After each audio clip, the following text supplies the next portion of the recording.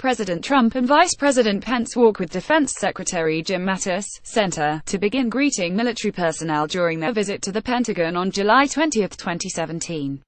App photo Pablo Martinez Monsivais. The dueling threats issued by President Trump and the North Korean military have prompted questions about U.S. procedures to launch a preemptive nuclear attack. The answer is stark. If the president wants to strike, his senior military advisors have few options but to carry it out or resign. The arrangement has existed for decades, but is salient after Trump warned Tuesday that future threats by North Korea will be met with fire and fury and frankly power, the likes of which this world has never seen before. Pyongyang responded by saying it is considering a preemptive missile strike against Guam, and Trump doubled down on his remarks Thursday by refusing to take a U.S. preemptive strike off the table and suggesting his comments might not have been tough enough. "I don't talk about it," Trump said of a potential preemptive strike. "We'll see what happens." Administration officials, including Defense Secretary Jim Mattis and Secretary of State Rex Tillerson, have sought to ease the tension, while at the same time warning North Korea that if it carries out an attack, it will be met with a crushing response.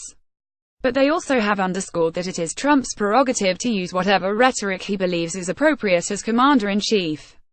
"I was not elected. The American people elected the president," Mattis told reporters traveling with him Wednesday to the West Coast. "The rhetoric is up to the president." The fire and fury controversy has renewed questions among critics about whether Trump has the appropriate temperament to control the U.S. nuclear arsenal. It also follows a Defense Intelligence Agency assessment, first reported Tuesday, that North Korea has successfully produced a miniaturized nuclear warhead that can fit inside its missiles.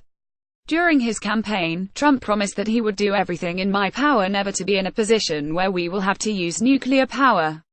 But he also repeatedly declined to say whether he would use nuclear weapons first in a conflict. On Thursday, he said he would like to de-nuke the world, but that until other countries get rid of their nuclear weapons, we will be the most powerful nuclear nation in the world by far.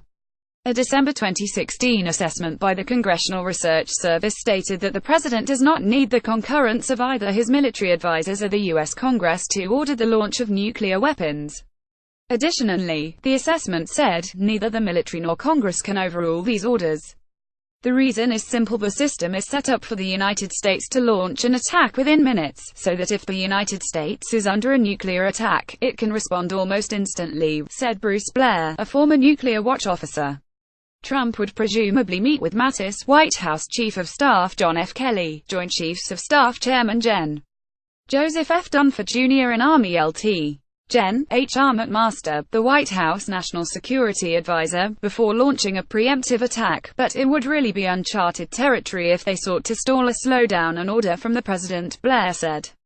Under the existing War Powers Act of 1973, the president also is not required to seek congressional approval for any military action until 60 days after the start of a war.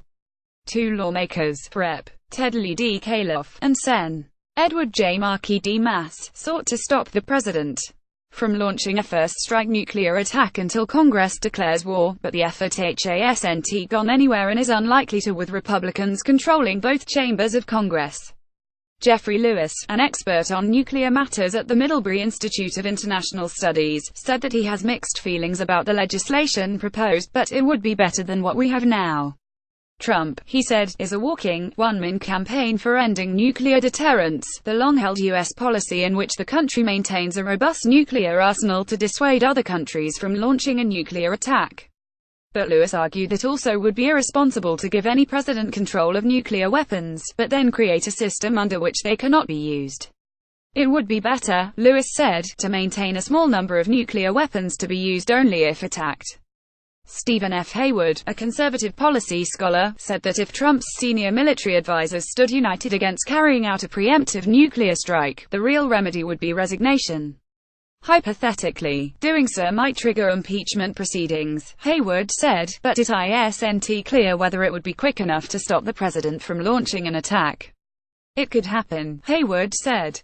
It would be pretty dramatic and it would be very unclear what would happen, but it could happen. We're really in uncharted waters here. Bruce Ackerman, a professor of law and political science at Yale University, said that the principle of civilian control of the military also looms large, even when the civilian in control is as unpredictable and belligerent as President Trump. Latin American nations have modeled their constitutions along American lines, and their experiences suggest that terrible consequences follow when generals defy their presidents, even under compelling circumstances. Worse yet, once the principle is violated, it becomes a precedent for future generals to take the law into their own hands, Ackerman said. We cannot allow this dynamic to take hold here. If Trump's team can't convince him, they should obey the orders of their commander-in-chief.